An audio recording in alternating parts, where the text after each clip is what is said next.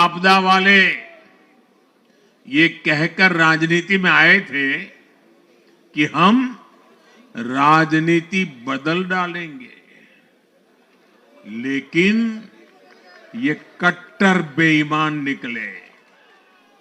भाजपा को लगातार जीत मिल रही है। साथियों, पहली बार दिल्ली एनसीआर के हर प्रदेश में बीजेपी का शासन आया है।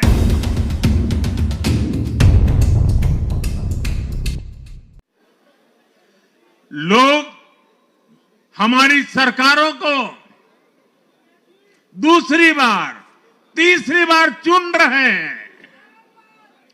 उत्तराखंड, हरियाणा, उत्तर प्रदेश, एमपी में, गुजरात, गोवा, महाराष्ट्र, बिहार में, असम, अरुणाचल, मणिपुर में, हर राज्य में हमें दोबारा सत्ता मिली है। साथियों, यहां दिल्ली के बगल में यूपी है। एक जमाने में उत्तर प्रदेश की कानून व्यवस्था कितनी बड़ी चुनौती थी और सबसे बड़ा चैलेंज नारी शक्ति के लिए होता था। यूपी में दिमागी बुखार का कहर बरसता था, लेकिन हमने इसका अंत करने के लिए संकल्पबद्ध होकर काम किया। आप याद करिए, महाराष्ट्र में हर साल सूखे के कारण हमारे अन्नदाताओं पर कितना बड़ा संकट आता था, लेकिन हमारी सरकार आने के बाद हमने जल युक्त शिविर जैसे अभियान चलाकर किसानों तक पानी पहुंचाया। हरियाणा में किसी को बिना खर्ची, बिना पर्ची के सरकारी नौकरी नहीं मिलती थी, लेकिन आज बीजेपी ने वहां सुशासन का नया मॉडल स्थापित कर रही है। पूर्वोत्तर में हमारी सरकारों ने वहां के लोगों को विकास की नई धारा से जोड़ा है। एक जमाना था जब गुजरात में पानी का इतना बड़ा संकट था, खेती किसानी मुश्किल थी, लेकिन आज वही गुजरात एग्रीकल्चर पावर हाउस बनकर उभरा है। आप याद करिए, नीतीश जी के पहले बिहार किस हालत में था।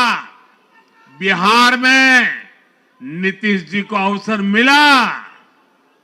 बदलाव भी तभी आया जब एनडीए की सरकार आई। ऐसे ही आंध्र प्रदेश में चंद्रबाबू नायडू गारू ने अपना ट्रैक रिकॉर्ड साबित किया है। ये सारे उदाहरण बताते हैं कि एनडीए यानी विकास की गारंटी। एनडीए यानी सुशासन की गारंटी। साथियों, सुशासन का लाभ गरीब को भी होता है और मिडिल क्लास को भी होता है। इस बार दिल्ली में गरीब, झुग्गी में रहने वाले मेरे भाई बहन, हमारे मिडिल क्लास ने भाजपा को जबरदस्त समर्थन दिया है। चाहे कोई भी प्रोफेशन हो, हर वर्ग के बहुत सारे प्रोफेशनल्स हमारी पार्टी में काम कर रहे हैं। और इसका सबसे बड़ा कारण यह है कि हमारी पार्टी ने हमेशा मिडिल क्लास को अपनी प्राथमिकता पर रखा है। यही दिल्ली में हमने सबसे पहले मेट्रो का काम शुरू किया। हमने अन्य शहरों में एयरपोर्ट, मेट्रो और अर्बन डेवलपमेंट के प्रोजेक्ट पर काम किया। हमारी योजनाओं में बहुत ज्यादा फायदा मिडिल क्लास को मिलता है। स्टार्टअप इंडिया जैसे अभियानों के कारण छोटे शहरों के लोग अपने सपनों को पूरा कर रहे हैं। आयुष्मान भारत और जन औषधि केंद्रों के कारण देश के करोड़ों लोगों को अच्छी स्वास्थ्य सुविधाएं मिल रही है।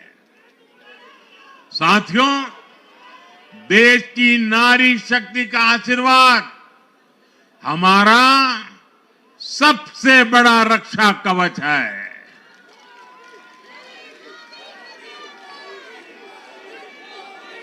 और आज एक बार फिर नारी शक्ति ने दिल्ली में मुझे अपना आशीर्वाद दिया है। चाहे उड़ीसा हो, महाराष्ट्र हो या हरियाणा हो, हमने हर राज्य में नारी शक्ति से किए हर वादे को पूरा किया है। आज इन राज्यों में करोड़ों माताओं बहनों को हमारी योजनाओं का लाभ मिल रहा है। मैं दिल्ली की मातृशक्ति से भी कहता हूं, चुनाव में उनसे किया वादा जरूर पूरा किया जाएगा। ये मोदी की गारंटी और मोदी की गारंटी यानी गारंटी पूरा होने की गारंटी। साथियों, टूटती सड़कें, कूड़े के ढेर, सीवर ओवरफ्लो और प्रदूषित हवा, दिल्ली की जनता इन सब समस्याओं से त्रस्त रही है। अब यहां बनने वाली भाजपा सरकार दिल्ली को विकास की ऊर्जा के साथ एक आधुनिक शहर बनाएगी। साथियों, पहली बार दिल्ली एनसीआर के हर प्रदेश में बीजेपी का शासन आया है। आजादी के बाद ये पहली बार हुआ है। राजस्थान में, यूपी में, हरियाणा में, ऐसे पड़ोस के हर राज्य में भाजपा की सरकारें हैं। ये बहुत ही सुखद संयोग है। जरा इनको नींद आ रही है, तबीयत खराब है, जरा डॉक्टर देख लीजिए। इस कार्यकर्ता को पानी पिला दीजिए, शायद तबीयत ठीक नहीं है, इनको जरा संभालिए। हाँ,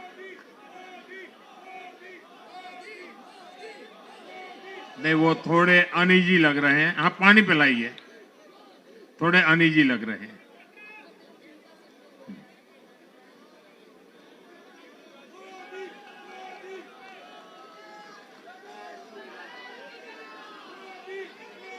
साथियों, इन सभी क्षेत्रों में आजादी के बाद पहली बार एक साथ भाजपा की सरकारें हैं। इस एक संयोग से दिल्ली और पूरे एनसीआर में तरक्की के अनगिनत रास्ते खुलने जा रहे हैं।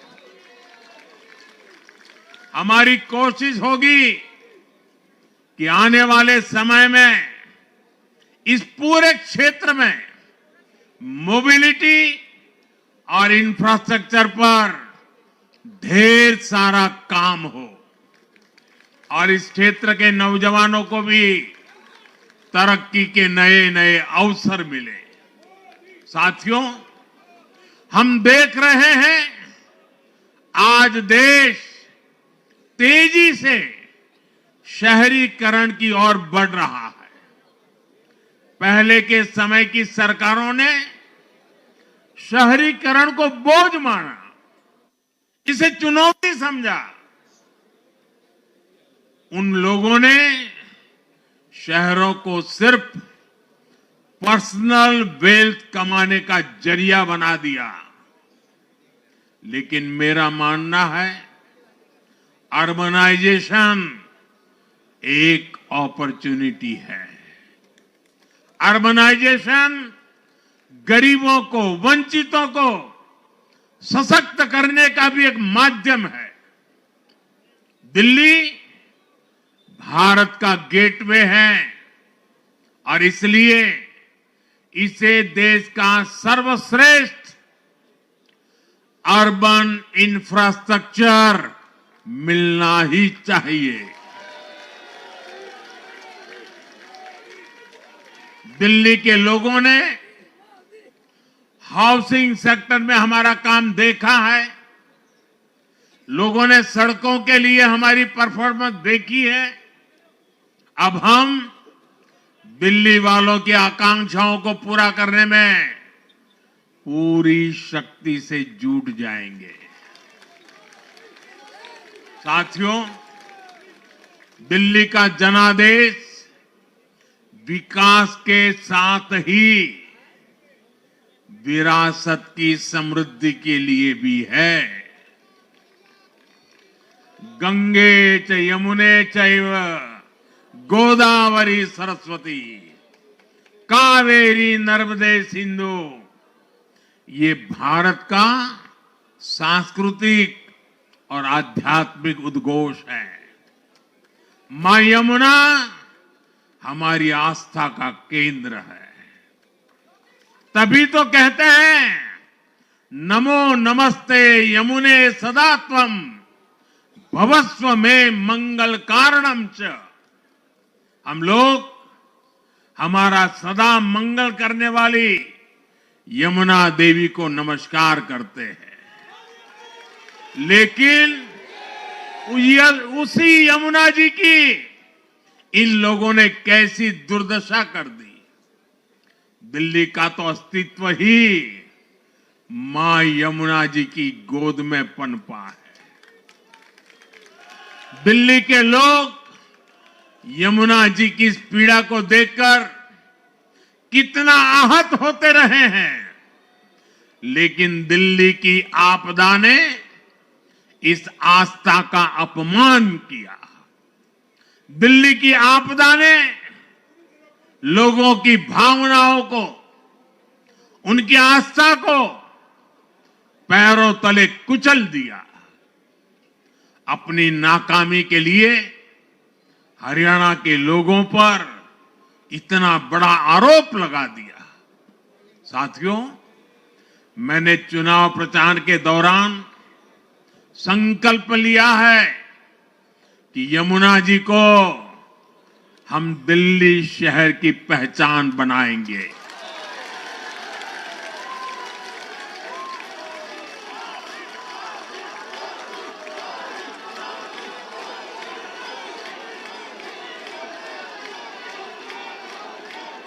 मैं जानता हूं यह काम कठिन है। मैं ये भी जानता हूं ये काम बहुत लंबे समय का है। गंगा जी का देखिए, राजीव गांधी के जमाने से वो काम चल रहा है। समय कितना ही क्यों न जाए, शक्ति कितनी ही क्यों न लगे, लेकिन अगर संकल्प मजबूत है तो यमुना जी के आशीर्वाद रहने वाले हैं। आपदा वाले ये कहकर राजनीति में आए थे कि हम राजनीति बदल डालेंगे, लेकिन ये कट्टर बेईमान निकले। मैं आज वरिष्ठ महानुभाव श्रीमान अन्ना हजारे जी का बयान सुन रहा था। अन्ना हजारे जी काफी समय से इन आपदा वालों के कुकर्मों की पीड़ा झेल रहे थे, आज उन्हें भी उस पीड़ा से मुक्ति मिली होगी। साथियों, जिस पार्टी का जन्म ही भ्रष्टाचार के विरुद्ध हुए आंदोलन से हुआ हो, वही भ्रष्टाचार में लिप्त हो गई। ये देश की ऐसी पार्टी बनी जिसके मुख्यमंत्री, मंत्री भ्रष्टाचार के आरोप में जेल गए, जो खुद को ईमानदारी का सर्टिफिकेट देते थे और दूसरों को बेईमानी का मेडल देते घूमते फिरते थे, वो खुद भ्रष्टाचारी निकले। ये दिल्ली के भरोसे के साथ बहुत बड़ा धोखा था। शराब घोटाले ने दिल्ली को बदनाम किया, स्कूल और अस्पताल में हुए घोटालों ने गरीब से गरीब को परेशान किया, और ऊपर से अहंकार इतना कि जब दुनिया कोरोना से निपट रही थी तो ये आपदा वाले शीश महल बना रहे थे। इन आपदा वालों ने अपने हर घोटाले को छिपाने के लिए रोज नई नई साजिशें रची, लेकिन अब दिल्ली का जनादेश आ चुका है। मैं गारंटी दे रहा हूं, पहले विधानसभा सत्र में ही सीएजी की रिपोर्ट सदन में रखी जाएगी।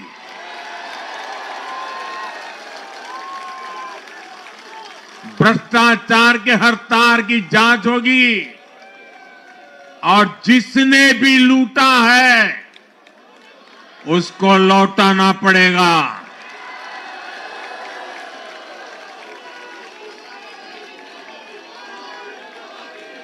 ये भी मोदी की गारंटी है।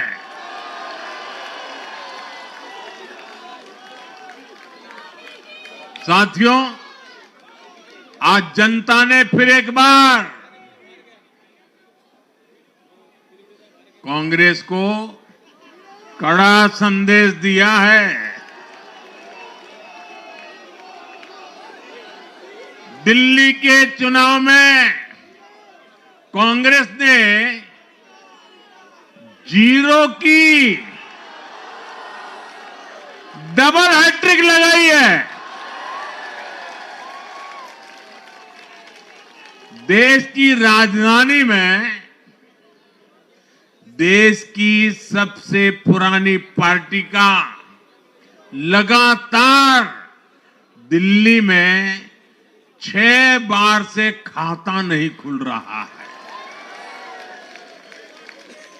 और ये लोग खुद को पराजय का गोल्ड मेडल देते फिर रहे हैं।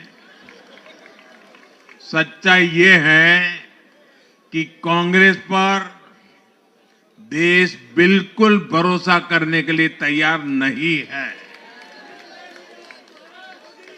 पिछली बार मैंने कहा था कि कांग्रेस एक परजीवी पार्टी बन चुकी है। ये खुद तो डूबती है, अपने साथियों को भी डुबोती है। साथियों, कांग्रेस एक के बाद एक अपने सहयोगियों को खत्म कर रही है, और इनका तरीका भी बड़ा मजेदार है। आज की कांग्रेस अपने सहयोगों की जो भाषा है, जो उनके एजेंडा है, उसी को चुराने में लगी हुई है। उनके मुद्दे चुराती है, फिर उनके वोट बैंक में सेंध मारती है। यूपी में कांग्रेस उस वोट बैंक को छीनने की कोशिश कर रही है जिस पर समाजवादी पार्टी और बीएसपी अपना हक मानती थी। मुलायम सिंह जी इसको बराबर समझ गए थे। इसी तरह तमिलनाडु में कांग्रेस आज डीएमके की भाषा डबल जोर से बोलती है। उनको डीएमके के वोटर को लुभाना करके खुद की हैसियत बनानी है। बिहार में भी ये कांग्रेस ही है जो जातिवाद का जहर फैलाकर अपनी सहयोगी आरजेडी का जो पेटेंट है उसी जमीन को खाने में जुट गई है। ठीक ऐसा ही हाल जम्मू कश्मीर बंगाल में भी कांग्रेस ने अपने सहयोगियों का किया है। अब आज दिल्ली में भी साफ हो गया कि जो भी कांग्रेस का हाथ एक बार थामता है उसका बंटाधार होना तय हो जाता है।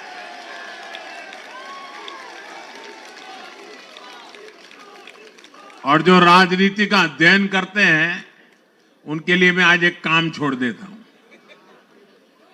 देखिए, इन्होंने 2014 के बाद 5 साल तक ये कोशिश की, हिंदू बनने की कोशिश की। मंदिरों में जाना, मालाएं पहनना, पूजा करना, भांति भांति की कोशिश की। उनको लगा कि ये करेंगे तो बीजेपी की वोट बैंक में हम सेंध मार करके कुछ ले आएंगे, लेकिन उनकी दाल गली नहीं।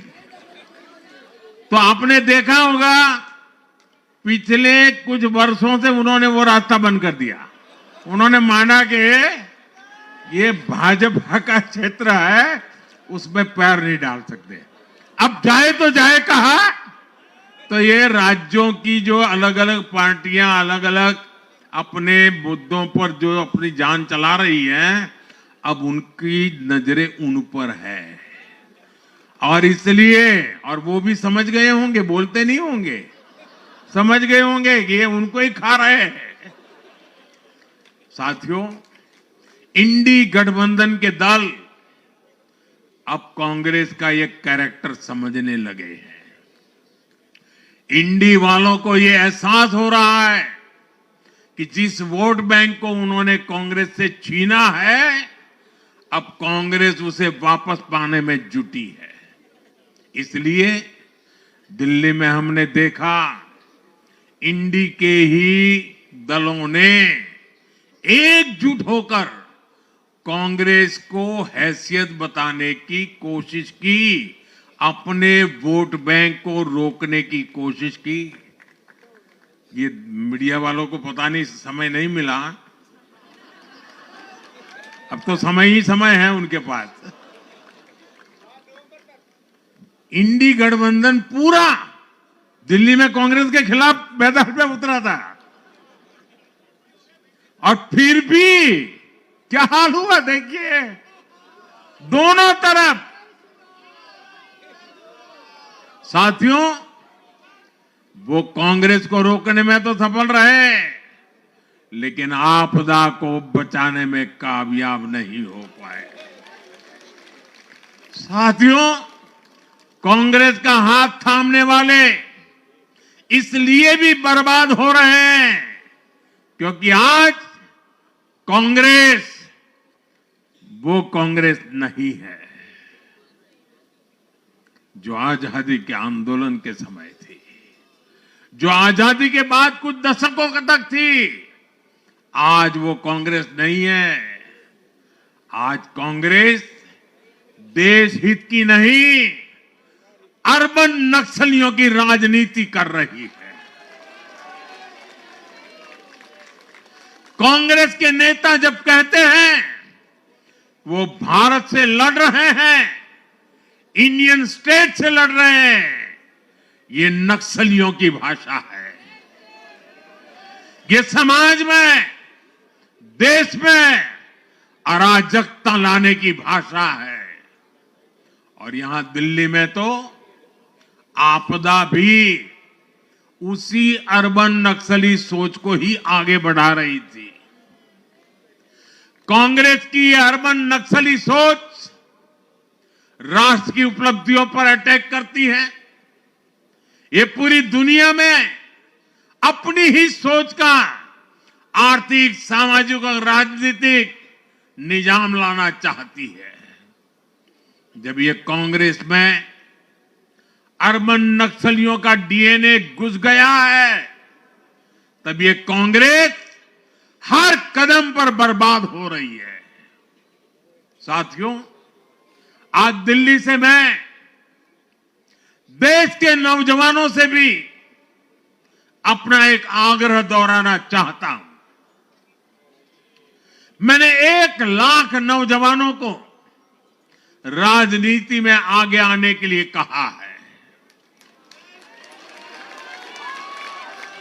ये मैं इसलिए कहता हूं कि देश को सही मायने में एक गंभीर पॉलिटिकल ट्रांसफॉर्मेशन की जरूरत है। विकसित भारत को नई प्राण शक्ति की जरूरत है। 21वीं सदी की राजनीति को नए आइडिया, नई ऊर्जा की जरूरत है, नए चिंतन की जरूरत है।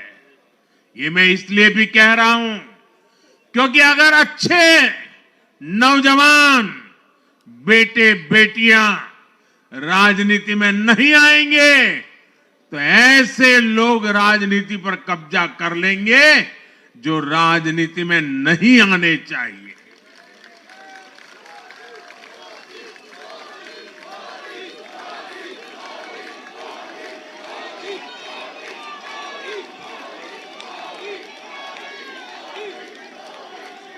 साथियों, सफलता असफलता अपनी जगह पर है, लेकिन देश को धूर्तता और मूर्खता की राजनीति नहीं चाहिए।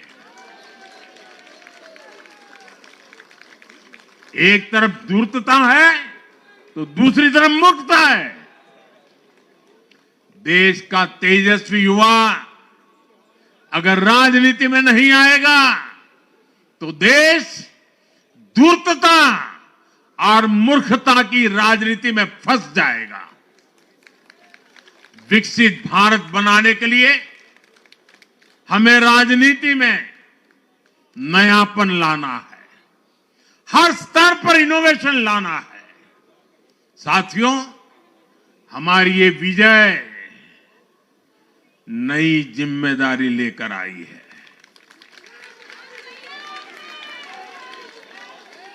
भाजपा रिफॉर्म और परफॉर्म की गारंटी देती है और जब इसमें हर दिल्ली वासी जुड़ जाएगा तो ट्रांसफॉर्मेशन और तेज गति से आएगा। हमें दिल्ली के विकास के लिए मिलकर काम करना है। हम कंधे से कंधा मिलाकर चलेंगे। हम मिलकर दिल्ली को विकसित भारत की विकसित राजधानी बनाएंगे। साथियों, मैंने हमेशा जिस मंत्र को जिया है और जिस मंत्र को हमेशा मैं मेरे लिए भी पुनः स्मरण करता रहता हूं, मेरे सभी साथियों के लिए भी पुनः स्मरण करता रहता हूं, और वो है हमें हमेशा जब जब विजय मिले अपनी नम्रता को कभी छोड़ना नहीं है, अपने विवेक को कभी छोड़ना नहीं है, समाज सेवा के हमारे भाव को कभी छोड़ना नहीं है। हम सत्ता सुख के लिए नहीं, हम सेवा भाव से आए हुए लोग हैं। हम हमारी शक्ति, समय सत्ता सुख में नहीं बर्बाद करेंगे। हम इस अवसर को सेवा के लिए ही खपा देंगे। और इसलिए साथियों, इस संकल्प के साथ हम आगे बढ़े, दिल्ली और पूरे एनसीआर के विकास के जो सपने हमने सजे हैं उसको हम परिपूर्ण करके रहे। मैं एक बार फिर सभी देशवासियों का भी निरंतर हम पर आशीर्वाद बनाए रखने के लिए आभार व्यक्त करता हूं। मैं दिल्ली वासियों का फिर से आभार व्यक्त करता हूं और आप सभी साथियों को हृदय से बहुत बहुत बधाई देता हूं। बोलिए यमुना माता की, यमुना मैया की, यमुना मैया की, यमुना मैया की, अम्या मैया की, यमुना मैया की, यमुना मैया की, भारत माता की, भारत माता की।